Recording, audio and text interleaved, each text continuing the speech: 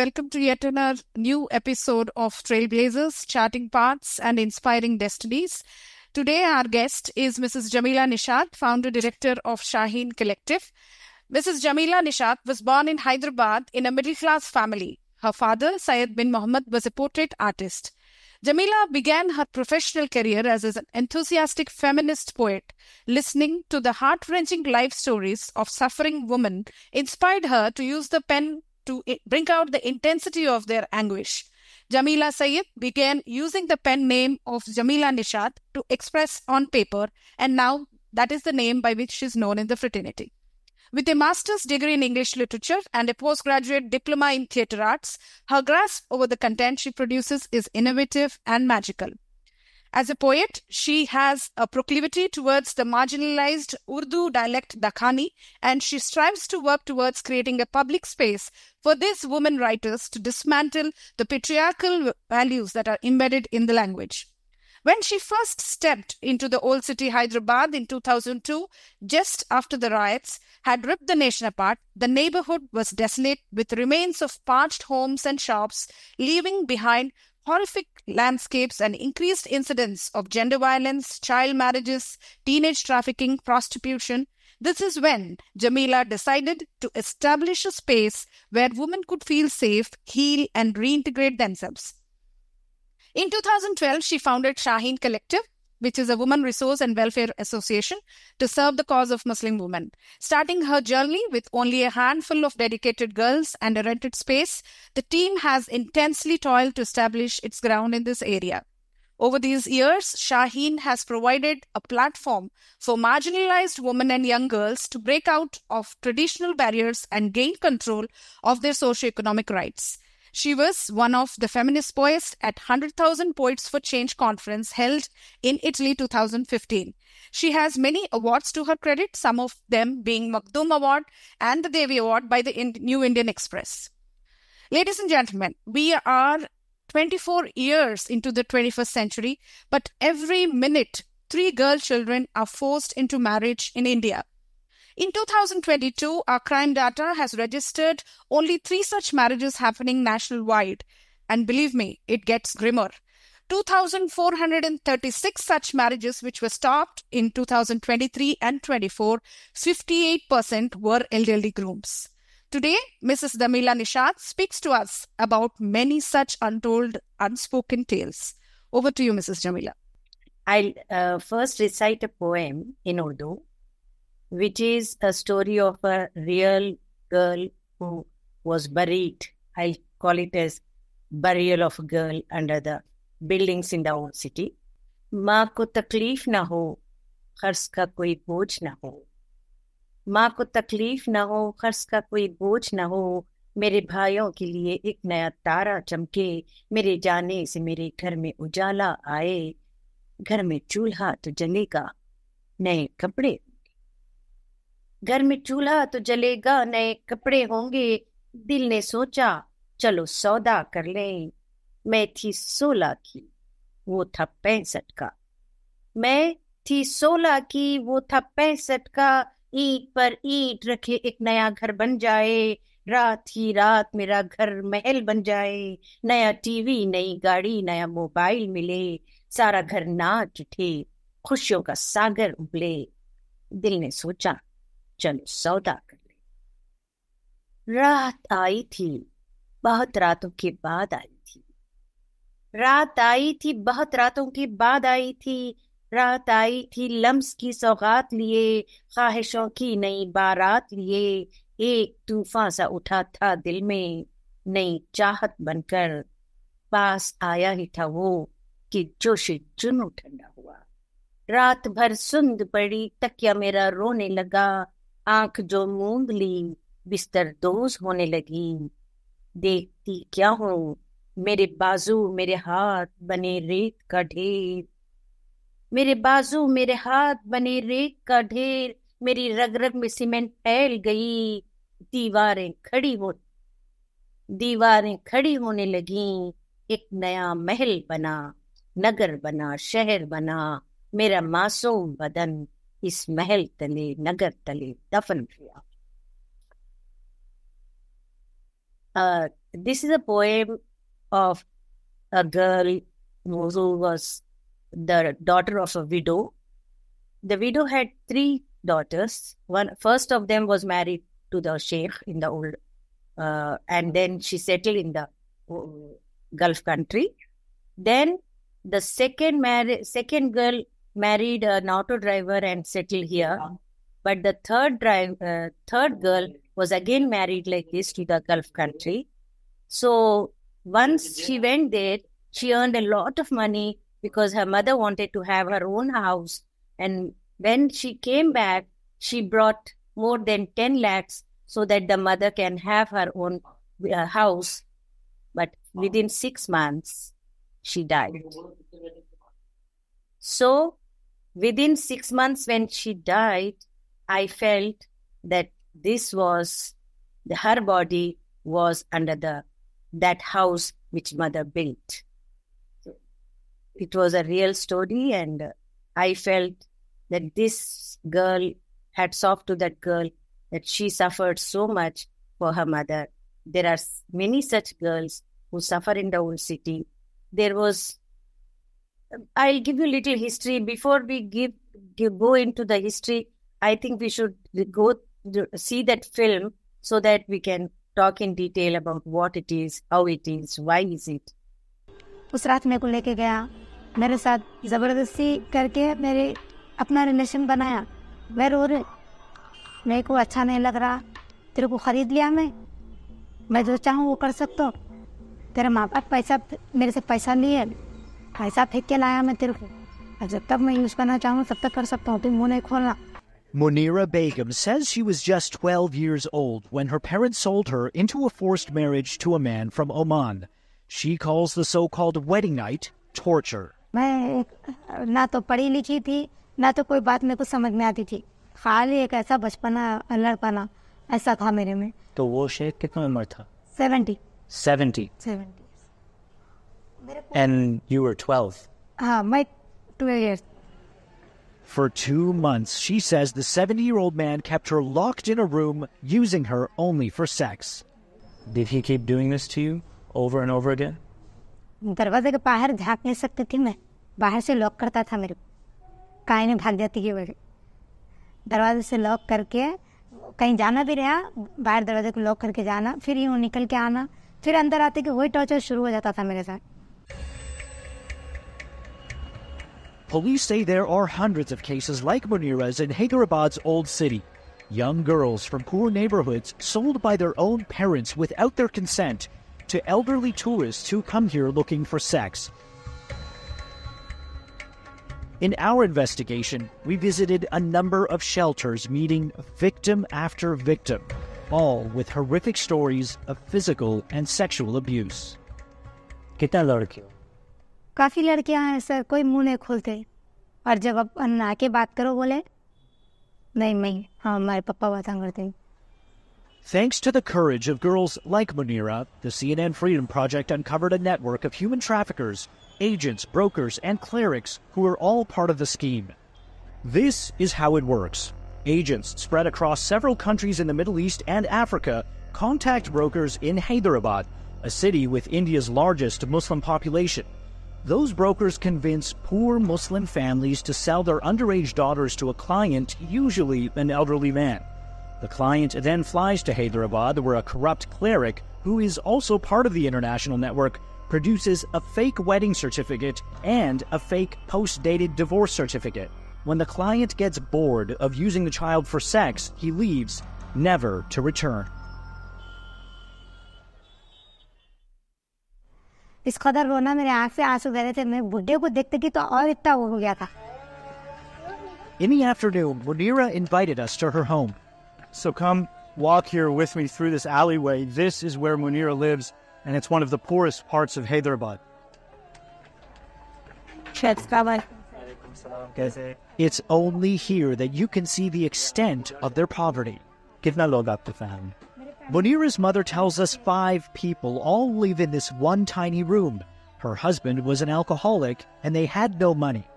Did you think by having your daughter married that she would bring in this money to help the family? नहीं करे तो हमारे को भी एक अच्छा چھوٹا سا ایک گھر لے لے کے رہیں گے, زندگی ہماری اچھی ہوئی, بچی کی بھی زندگی اچھی ہو جائیں گی بول کے ہم یہ سوچ کے کرے تھے, مگر ایسا ہوگا. As we step outside, we're hit with another reality. This one, precious. This is your daughter. Come. Ajo. Assalamu alaikum. This is Munira's daughter, born to the same man she was forced to marry. And she became pregnant after just 2 months. He divorced her over the phone. She says she was so distraught, she tried killing herself. Now, Munira is left with a bittersweet reminder of the abuse that she faced. She filed a police case, and the authorities arrested the middleman involved in selling her. It's taken years to recover, but now, with her voice, she's vowing to never let anything like that happen to anyone else. بس آج تو میرے لیے بولے تو لڑکیوں کو اچھی پڑھائی لکھائی مل رہا ہے, بچی اپنی پسند سے جب اس کو جو کرنا دل بولا تب انہیں بولا کہ میں یہ کرنا چاہ رہی ہوں تو ماں باپ ایکسیپٹ کرنا. And that pain is what Munira is fighting to keep away from her daughter. Muhammad Leela, CNN, Hyderabad. What do you do? So this is Munira, who was with us for a long time. Now, later on, she married a boy of her choice, and now she has got 3 daughters, and she is very happy to be content with that marriage, and she's living happily. She is living in Shaheen Nagar now. There are many such girls, and it all started in 1970s. 70s, because in 70s, people started moving from Hyderabad to the Gulf countries, especially in search of jobs. And those, see, before 70s, during Nizam's period, Chaush is a community who started this. And Chaush people are, the word Chaush means guarding the wealth, the one who guards the wealth. So this people, Chaush community, was taking care of the wealth of Nizam till he died. He died in 60s, and after that, in 70s, they didn't have any money. They were paid for every child, they were paid some amount by the Nizam, and they were quite well off till then. But they were not educated, they were not having any proper facility to live by. As soon as Nizam's regime was over, and then the money was, he stopped giving them money, they started selling the daughters like this, saying that at least if one daughter goes there, she can call the brothers there, and all of them can settle. That was the idea most of the Chaush people thought, and they started selling their daughters. They don't say that we are selling the daughter, because in Islam, it is a meher to be paid to the woman when at the time of marriage. So these girls were paid quite good amount of money so that the girl can go there. She was not the first wife. She was not the second or third wife. She was the wife at least after 7, 8, sometimes 9th wife. She was also a 9th wife. And so the girls were taken there as slaves, because she had to take care of the family. She had to look after the household work and then fulfill the desire of this old man. In 70s, many girls did like this, and they were settled there. My own cousins were like that. 2 of my cousins who were 13, 14 were married like this, and they went to the Gulf country, Dubai and Sharjah, and they settled there, and they had their own children, but they were also taking care of the old man's children, and they were the slaves of that family. Should I flash the presentation, Mrs. Jamila? No, I still want to have the explanation of what it is. So slowly, it started like this, but then slowly it became a very commercial kind of thing. Earlier, there were no brokers, but later on, what we saw in Munira's case, there were brokers there. So now we will talk in detail about how it happens and why it happens. See, we call it is trafficking, it is flesh trade, but people don't call it flesh trade or trafficking because the marriage is involved in that. And among Muslims, any Muslim from any country can marry another Muslim from India. That there is no rule that Indian Muslim cannot marry the Muslims from outside India. So in the beginning, it is always legalized. Even today, we can call it legalized trafficking because women are going there and they are not going as, they are going as a wife, but they are not really working as a wife. They are not staying there in their houses for a while. This is actually a contract marriage. In this contract marriage, these marriages are for 15 days or 1 month, depends on the desire of that old man. If he likes the girl a lot, she can stay for 1 year or 2 years. But if he doesn't like her, he will simply call her promiscuous and divorces her. In that way, the chain of marriages happen. And we surveyed Babanagar, an area in the old city, where we found that out of 100 households, 33 girls were married like this. I'm talking about 2008-9, there were 33 girls like this married. But now, when the poverty has increased, these marriages are often happening. Just recently, we found one girl. Her name was Fatima, and she was 22 when she came to me. She was married already 3 times. She was first married in Kuwait when she was 17. Then she was divorced. Then she was married to a person in Bahrain. Then she was divorced. And now again she thought, how do I survive? If I marry again, I can live. She had no father. Her mother was working as a domestic worker. So she thought this is the best way of living herself and taking care of the family. So in 2009, when we surveyed, we found one girl, Rehana, who was staying nearby to Sultana's house. Sultana is one of our field workers who was a survivor of domestic violence. So Rehana came to Sultana and told her that her mother did not allow her to come inside her house. She was staying in a lodge because she wrote a letter to her mother, Aapko 17वां दामाद Mubarak. Congratulations, you got 17th son-in-law. See, this girl was married when she was 13 years, and it was in 2005 when she was married. From 2005 to 2009, she was married so many times that her parents thought they were 7 sisters and 1 brother, and she was the eldest of the family. Normally, the eldest girl of the family is Bali is given like this so that the whole family can run and the other girls can settle, the brothers can settle. So that way this girl got married so many times and sent a lot of money to her parents. But when she wrote this letter that congratulations, you got 17th son-in-law, the mother, the father did not accept her. She was in the lodge crying, and Sultana went to counsel her, help her, but there was no way that she could meet her parents, and she went back. After that, we could not contact her. We are told that in 2014 she died. There are many such stories. In 2017 also, there was a case where the girl was married 17 times and then she committed suicide. But there are always some successful stories. It is not always that story like this, but there are many Muniras. You saw Munira, how she came out of this violence. The same way, there was one girl called Sana. Sana was married. Lot of reasons for these marriages. It is not necessary that this is only for poverty, but there is extreme poverty with patriarchy which leads to this. The family, there are brokers here in Hyderabad and their own other brokers are in the Gulf countries. It's shown even in the film that those brokers from the Gulf country and the brokers in Hyderabad, both of them plan together.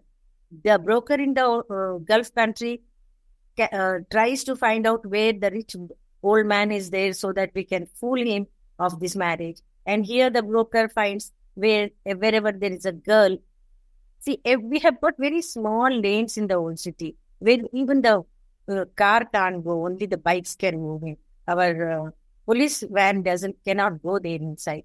So such houses, there every lane has got one pahalwan. And this pahalwan is not necessarily a very muscular man. Normally when we think of a pahalwan, we think that he's a muscle man, but he's not a muscle man. He is a man who has got connections and who thinks that I can make money, fool the others around. So he fools these poor people and brings them to his own house, takes them into confidence, and then this transaction takes place. Supposing if a girl's meher is 5 lakhs. This meher of 5 lakhs is distributed among all 5 members. 2 witnesses from the boy's side, 2 witnesses from the girl's side. Qazi is paid, and then the mother is paid. So the mother is paid only, out of 5 lakhs, only 1 lakh she will get. And out of that 1 lakh, she has to spend for the marriage, and then the girl goes. Earlier, at least till 2017, 18, 19, these marriages were happening like this. But now, thanks to COVID, thanks to our technology, that people started organizing these marriages on WhatsApp. The marriage on WhatsApp is in a conference call. The Qazi is there in the conference. The witnesses are there in the conference. And the girl and the old man from the Gulf country. He doesn't have to come here and see the girl. First, the photos are sent to the old man. He checks all the photos, whichever photo he likes. He will ask them to show that girl. And then the girl is shown on video on WhatsApp. And then the marriage is performed even in the car if possible. Not necessarily that they have to sit in a room and perform some marriage. They can do it anyway. So one of this recent girl from Kuwait who was married 3 times, who came to us, was about to be married to a man from Oman just for 5 lakhs, and that marriage was about to be performed in a taxi. She realized that this is wrong, and she ran and came back to us. Sana was 10-year-old when she was, she became orphan. Her parents, they passed away, and she was living with her grandmother, and grandmother was not able to look after the children. So then she decided that marry this girl to an old man. So she was married to a Sudani who was 70-year-old. This girl was 13 when she got married. And after nikah, he went away. He came here, did the nikah, and went away. After after 6 months, he came back, took her to the Gulf country, and there she was locked in a hotel room for 15 days, like how Munira was talking about. Same sexual harassment continuously on this 16-year-old girl. Then she was just 13, and somehow she realized that I should run away from this place. How do I go out of the place? So before going, just by chance, she came to Shaheen once. So we told her that if any such thing happens, you must go to the embassy. So she ran to Indian embassy. She informed the embassy people that she has to go back to India.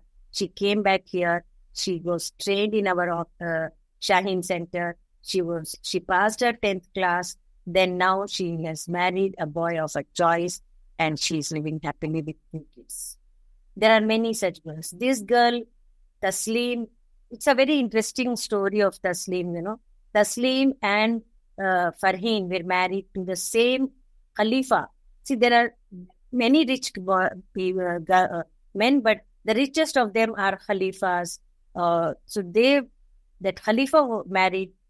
Afternoon he married Farheen. Evening he married Tasleem. And when he married Tasleem, Tasleem came to know that Farheen was married to the same old man. She immediately called the police, and then the police came and caught him, and he was in the jail for some time. She was given an award by Women and Child Welfare Department, and the case continued in the court. But it's a sad thing, you know, when the girls are married like this, their parents are being targeted. their parents are accused that these people are selling their daughters for money. So mother was a widow again. So she thought she was jailed for a long time. So we had to pay 10,000 rupees for her bail, and then she came out of jail.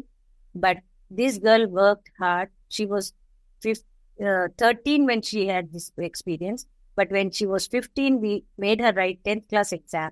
Then she wrote intermediate exam. And now she's working in a mall, and she's able to not only earn for herself, but she married a boy of her choice, and she's happily living.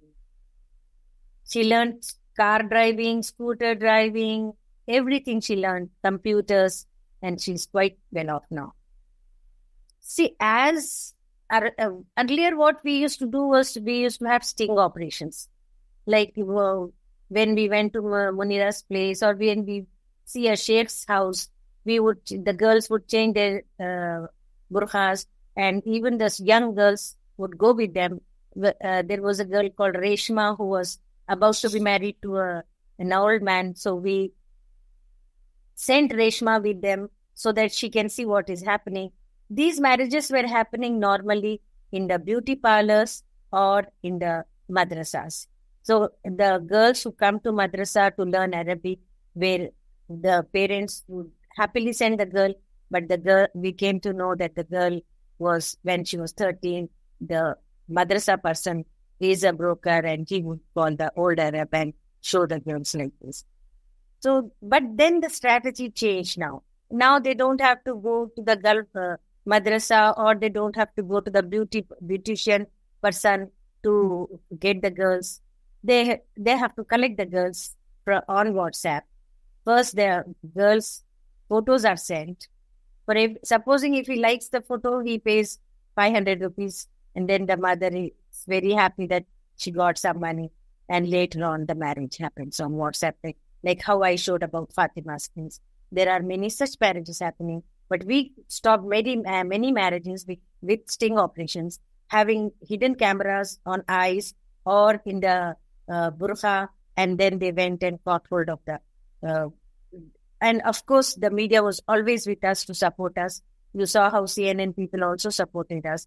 The same way many Telugu media people here and Times of India and Sakshi and other people helped us in finding out the sheikh and then handing him over to the police. Earlier, police was also not very much interested, and among the witnesses, the police would think what is wrong in it, I can be a witness, and they will. But now, thanks to POPSO, that we got this law that the girl's marriage can be stopped. Now the culprit can be punished. Earlier, it was not like that. Aapke paas to aisa hota na, madam. Among Muslims, such marriages happen. So we can't stop, the police would say. But now the laws have come, and we are happy that these laws will help us to stop the marriages. But the marriages, as we change our strategies, as the laws become stringent, the brokers are also aware. They are also trying to change their strategies. And on one girl's marriage, 5 families are survived. Every month, a broker says, if I am an auto driver, if I earn sincerely as an auto driver, I may get for the whole month 30,000. But in such a marriage, in one marriage, I can get 30,000. Or in one marriage, I can get 1 lakh. So such people feel that this is very easy to survive on, and they keep searching for such poor girls who are in need of money, and they are trapped like this. But I call it a fresh trade, because as the girl is given there, it is only the body and they are attracted to, and they always want a virgin. That's another problem. They don't want for girl who's married once and then divorced. After going there, once the girl is divorced in the Gulf country, where will she go? She has to go to another place, auntie. That auntie is again a Hyderabadi auntie. The Hyderabadi auntie takes care of the girl. She looks after her and again gives her in marriage to another old man. Like that, the girls are married many times. And that's how Rihanna was married. That's how the girl who committed suicide was married. So these are contract marriages. These are not real nikahnamas that we use. But the systems have to change. There should be strong laws, and especially when they are going from here to the other countries. Now, if you want me to talk more, I can keep talking about what Shaheen does. How do we put these child marriages? Yes, definitely. What we do is our everyday routine is we go to door, we go and we talk to the women in the families. We have 10 field workers. So they go in couple, they go door to door, talk to the families, talk to women, and then these girls, these families come back.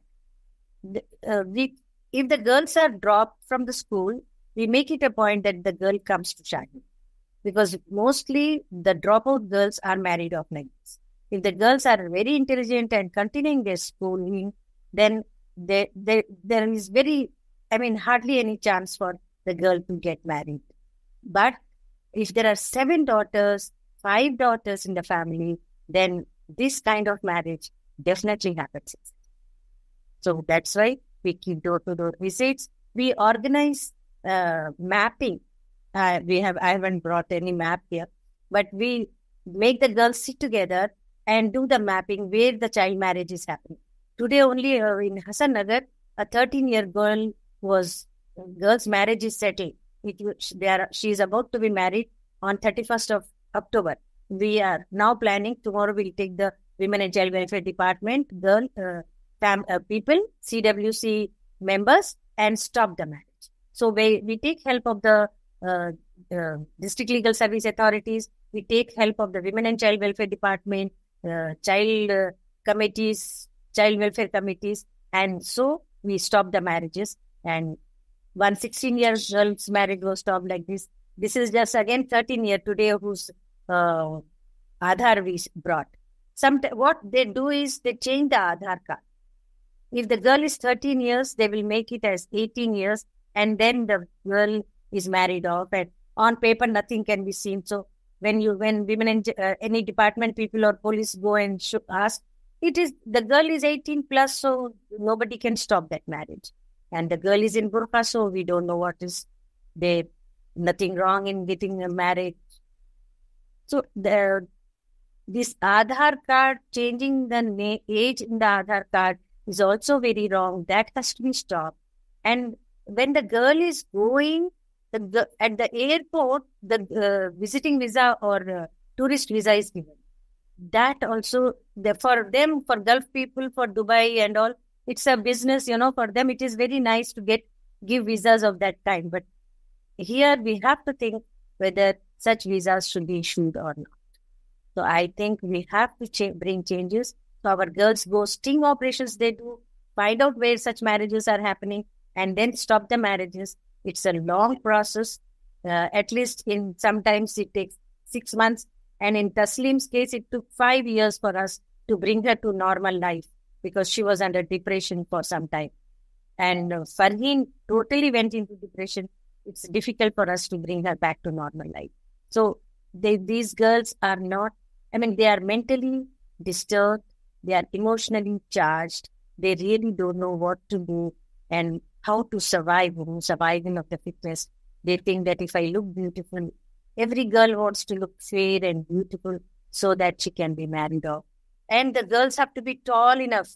A short girl is rejected. At least earlier Munira was not rejected. But now the girl has to be tall enough, with very good figure, all those things they keep checking. And then the marriage happens. So it's really very disturbing.